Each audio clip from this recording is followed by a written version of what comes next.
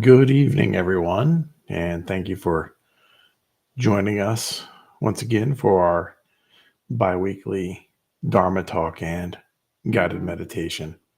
I'm Vladimir, and I am the founder of the Blue Lotus Meditation and Mindfulness Center here in Brainerd, Minnesota. If you're not familiar with where Brainerd, Minnesota is, it's in the central part of the state. And so, welcome and thank you once again. Today is March 3rd. 2025, and it is 6 p.m. here in the Central Time Zone.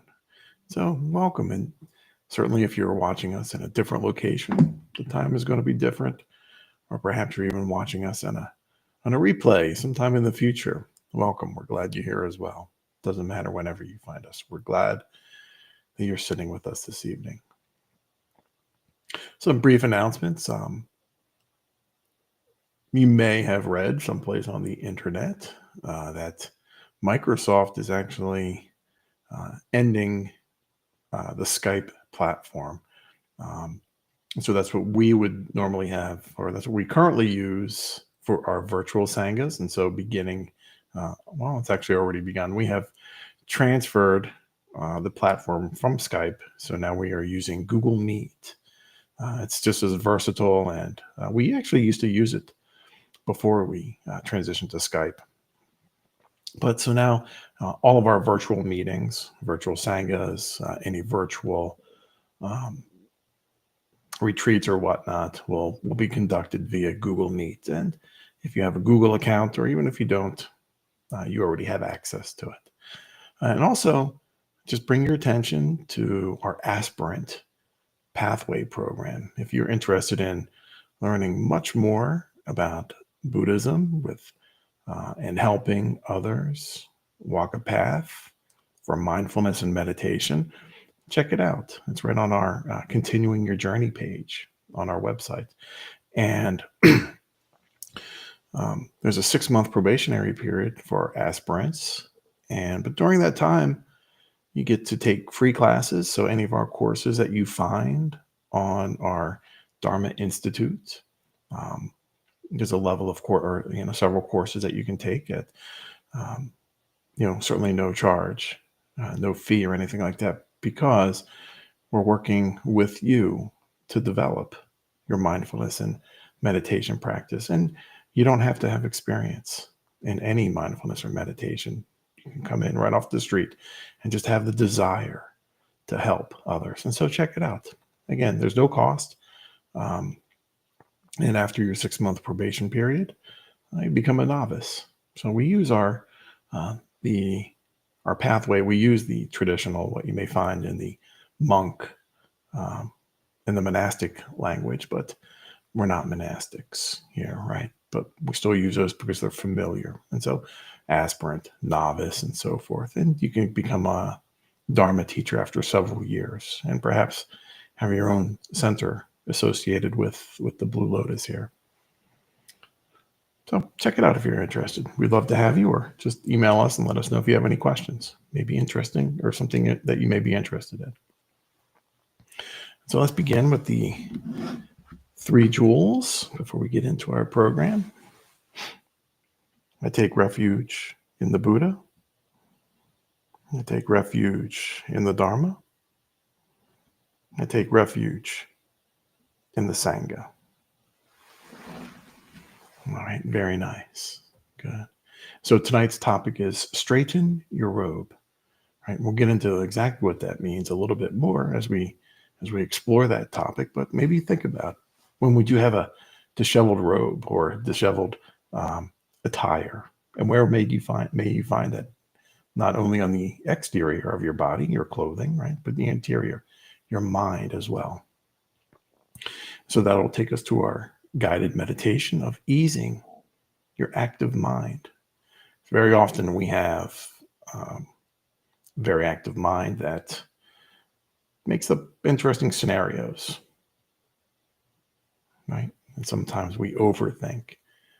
So very good. And so also, before I forget, Happy Losar, right? Which is the Tibetan New Year's, and the traditional greeting or wellness for that is Losar La Tashi Delek. So wishing you a happy Losar, the Tibetan New Year's. And for our wonderful Muslim friends, happy Ramadan, right? Wishing you and your family a blessed Ramadan filled with happiness and togetherness. And so why do I mention this, right? We're all brothers and sisters on this planet. We all suffer. Doesn't matter what faith or what country we're in. And so recognizing everyone's humanity, the unity, is how we achieve liberation and peace for all of us. And so happy Lasar and happy Ramadan. But when we think about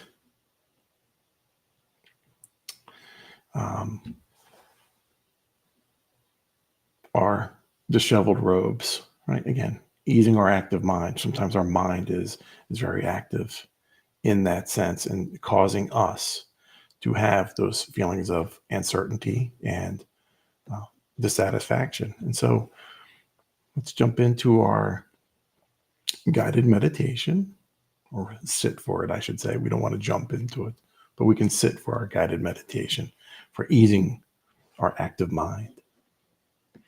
And so let's begin by taking a moment to settle our bodies into a comfortable position.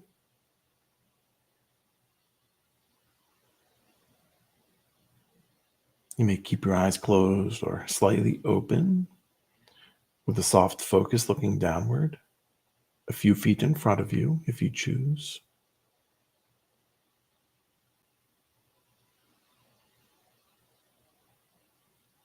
Breathe in.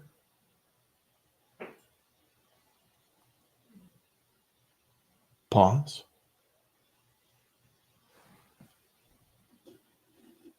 And breathe out. And you're invited to allow a half smile to rest on your face as well.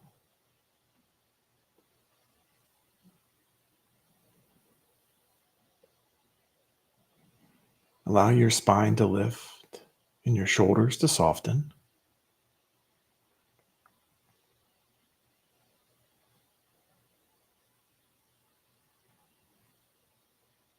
And soften your belly as you continue settling in.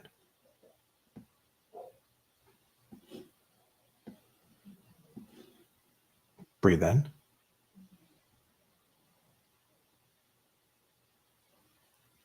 Pause. And breathe out. And let's meditate on easing our active minds and recognizing that you cannot control every thought that arises. Connect with your intention simply to relax the mind. Just have that intention. And if thoughts are present, simply just let them be.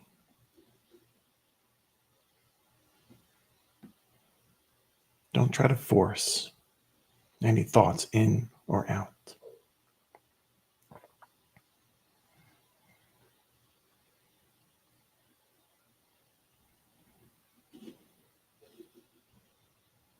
And offer yourself two simple phrases of kindness towards your mind. May my mind be at ease.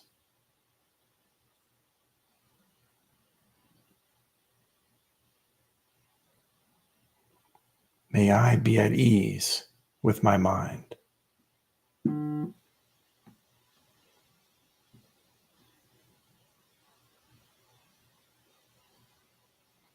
And synchronize those phrases with your exhale, offering one phrase every time you breathe out.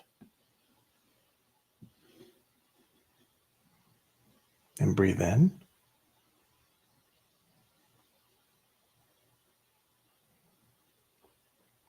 Pause. And breathe out.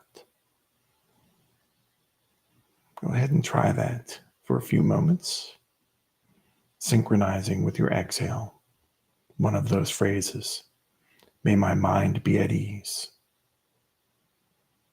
May I be at ease with my mind.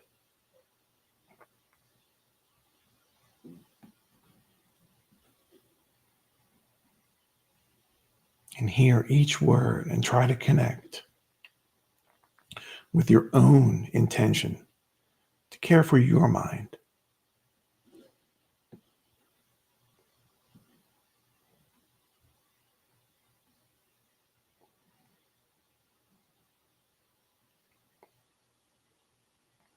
And then when the thinking mind starts to add up or act up, come back to the breath with those phrases. And even if you only say one phrase before your mind starts to wander, you're still moving towards relaxation by continuing to practice.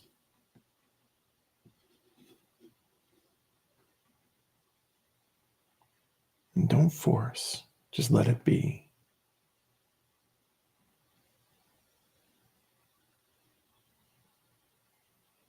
As we begin to complete this exercise or this meditation, go ahead and slowly allow your eyes to open and to return to the present moment, right where you are in your location.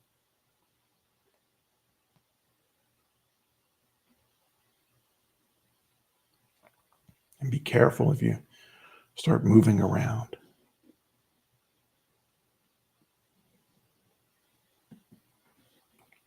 Very nice. It's important to recognize our surroundings sometimes, even after these meditations.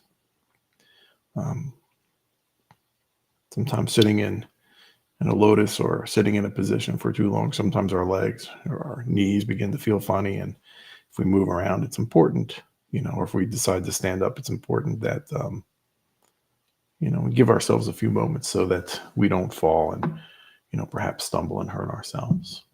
That would not be the intention for meditation.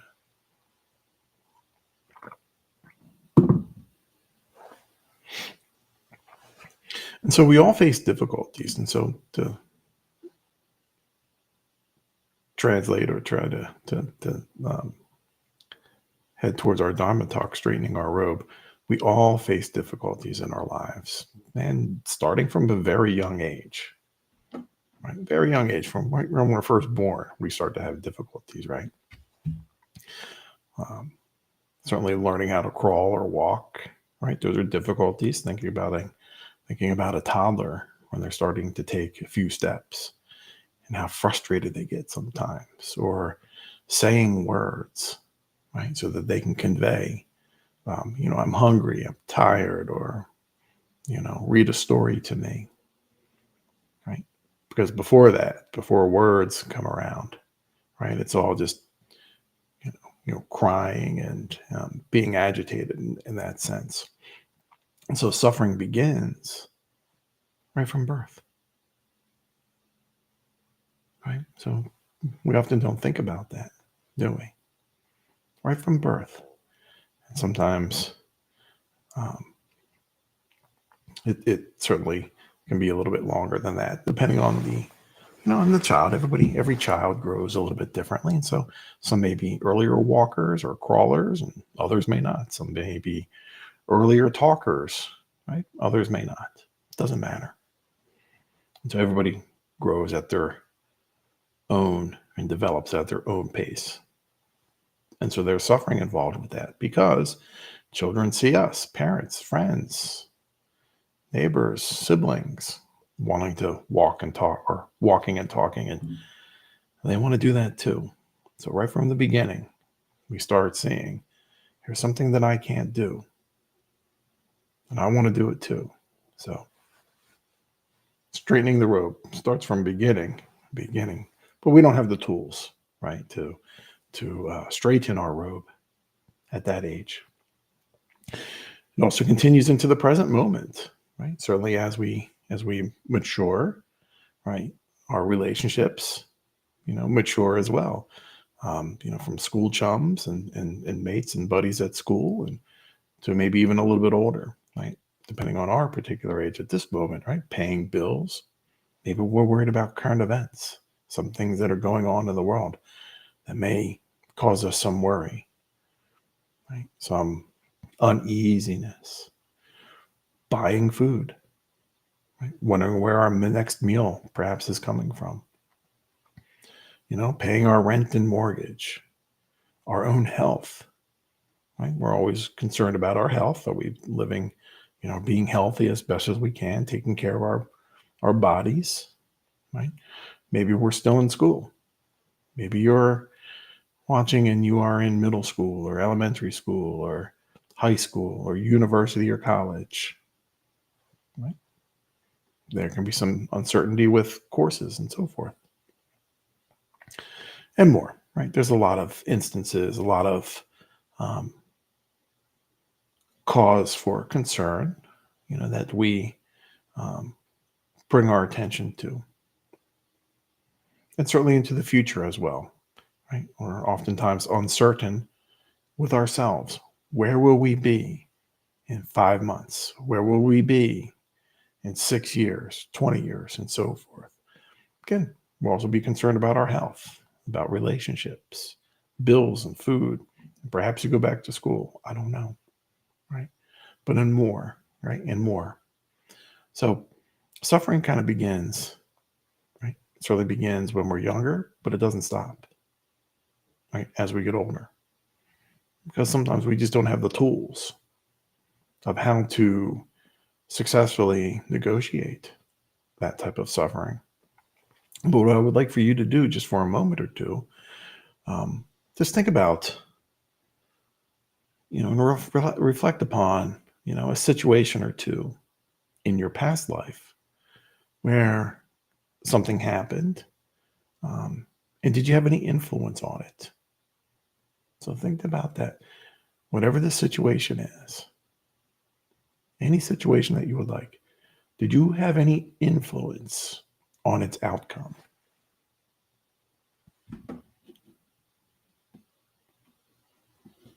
Maybe it is the state of the world that you're thinking about as that instance. Or maybe it is your health or ailments that you are living with. Maybe you have the cold or a flu, or perhaps you have something much more severe, arthritis or a pinched nerve. Maybe you're wondering about the quality of your relationships. Maybe you're considering, maybe it was a school event, right? So thinking about just a moment or two, any of those situations, again, those are just some that, could be, but did you have any influence on them? And to what degree?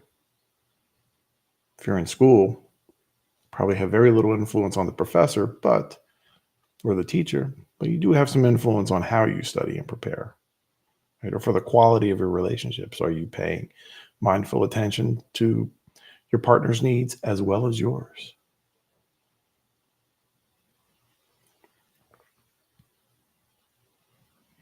But too often we involve ourselves in matters that truly don't concern us as well, right?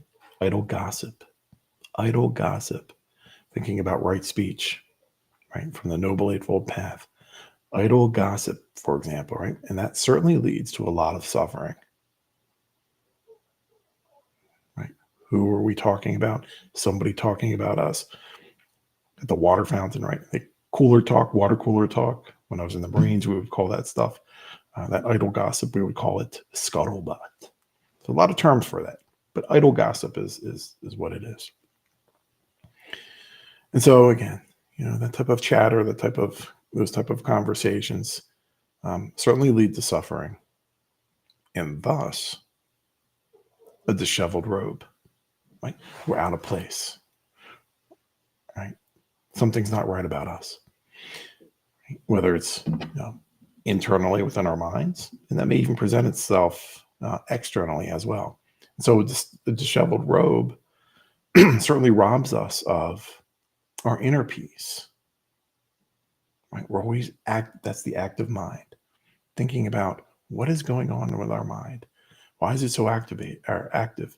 Why are we concerning ourselves with conditions or topics or situations that truly we have no influence, no control over, and allowing ourselves to experience that dissatisfaction? And thus, we're not liberated. Now, it's nice to be, aware of what's going on in the world, but thinking about what can we do, right? Overactive thinking. What if this? What if that? That's not liberation, right? That's being chained to attachments because we're attached to wanting a desirable future, which is understandable. But again, thinking about only what we can control, what's in our sphere of influence. So, how do we straighten our robe, right? With our mind, or in our mind, as well as externally. Sometimes when we have a disheveled mind, right, our disheveled robe inside, right, in our mental state, right, sometimes that can reflect on the external as well. So we have to, what do we do? What are those steps? Well, there are several, just that the Buddha gives us from the Noble Eightfold Path. Right? They can really help us straighten our robe, find liberation, peace, and balance within. And really, one of the first ones that comes to mind is right understanding. And that's having an accurate understanding of the world and the nature of things. It goes beyond thinking or believing right and wrong, good guy or bad guy, right? Danger, peace, and so forth. It's really understanding and having that, removing those biases, our judgments. Remember thinking that even the bad guys, or what we would call the bad guys, they think they're the good guys, right? So sometimes that logic flips back and forth, right? Or that understanding. And so that is not right understanding on both parts, with both parties or both groups. So having an accurate understanding of the world and the true nature of things, that everything is impermanent, right? Everything is impermanent. And right thought, right? That'll be the next one, right thought. Avoiding thoughts of hatred and attachment and harmful intent, right? I have an attachment to a certain flow of my day. If that doesn't necessarily go, do I get upset?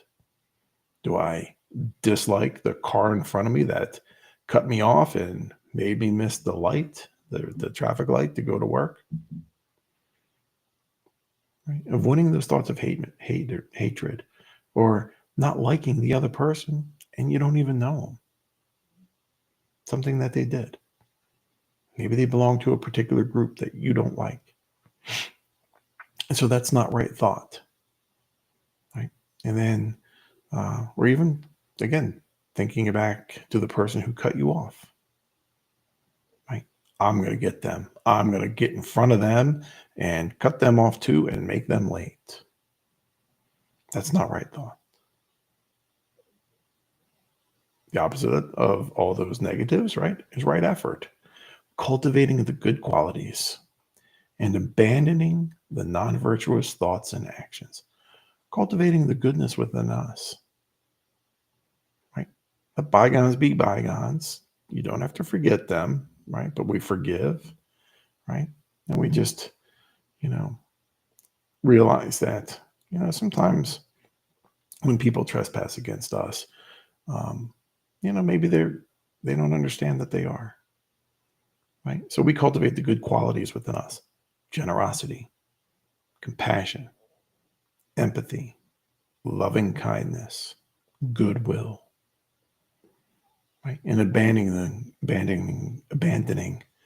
those non-virtuous thoughts: greed, apathy, arrogance, anger, and so forth. So we can straighten our robe. How we can begin to cultivate the balance and the liberation within us. There's also right mindfulness, right? Being fully aware, right? And present in the moment. observing our bodies and feelings and mind and the mental phenomena that we experience, right? Maybe you do get a little bit angry because somebody cut you off or said something that was off color. Right? Just be aware. All right, that made me feel some kind of way that, this person did this, harmful action or inconsiderate action. Just being aware, right? Mindfulness, non-judgmental awareness. Yes, this person did this to me. He said something I didn't like or some other action. Just observing it. Okay. And then perhaps even exploring it a little bit more. Right. But also remembering that we don't know what other people are going through. Right. Maybe there was a particular reason, they cut you off in traffic or cut in line in front of you or whatever the case. But just being aware, right? You being aware of your own body and feelings and mind when different actions happen. And it doesn't have to be negative. It can be positive. Maybe somebody lets you cut, forward, in a line or something. How does that make you feel? Right? So many times we just focus on those negative emotions that we just take for granted the positive emotions, those positive responses. So right mindfulness is also incorporating the good times, the joyful times with people. And then right concentration, right? Developing that one-pointed, that focused mind through meditation. It's important that we have in our mindfulness practice, that we have meditation, right? It allows us to concentrate fully on the task that we're doing as we're doing it, not living too far into the future and not living in the past. So right concentration, we have that pointed, that focused mind. And it is through meditation. And remembering, even the Buddha tells us, right, that meditation leads to wisdom. Meditation leads to wisdom because we incorporate right concentration, right mindfulness, right thought, right understanding. Through when we meditate, we allow ourselves to explore much more in-depthly and wholeheartedly those situations. And we can remove or we can begin to shed the concepts of right and wrong, good and bad, and so forth. Right? Very often enough times, those are just shades of gray. And they have a lot to do with somebody's perspective sometimes. And also remembering everything isn't permanent, right? Because you're feeling angry right now, it's not going to last. Because you're feeling overjoyed, I am sitting in this wonderful Dharma talk, this will end at some time too, right? Until you get to go back to, your wonderful lives, right? But you can always watch this on the replay, right? Or some of the other ones. But remembering that it's impermanent, right? The neutral times don't last either. Maybe it's just a blah day, a 3-star day, right? Not too much going on, right? That'll end as well. So something to think about. Straightening our robe. We can find how to straighten our robe, both, internally in our mindsets, right? Our mental phenomena and so forth, just by understanding the Noble Eightfold Path. And when we have a straightened robe, neat and pressed and presentable robe or mental state within us, we present that to the exterior for the other world to see, or the outer world, not the other world, the outer world to see. And that sets a wonderful example of how mindfulness and meditation supports and nurtures and develops well-being within us and for those around us, creating a better world for everyone. And very nice. Good deal. So our next talk is on the 17th, so March 17th at 6 p.m. And it will be titled Choosing Your Jewel. Now, what does that mean? Choosing your jewel. Maybe you can read the description and see what I wrote. But think about that. What's a jewel? Right? Something that's precious. Right? Does somebody else choose it for us, or do we choose it for ourselves? Anyway, something to think about. Well, I'm delighted to have you all here with us this evening and participating with us. And so I wish you all many blessings and thank you so much. And we'll see you on the 17th. May Buddha bless you all. Thank you.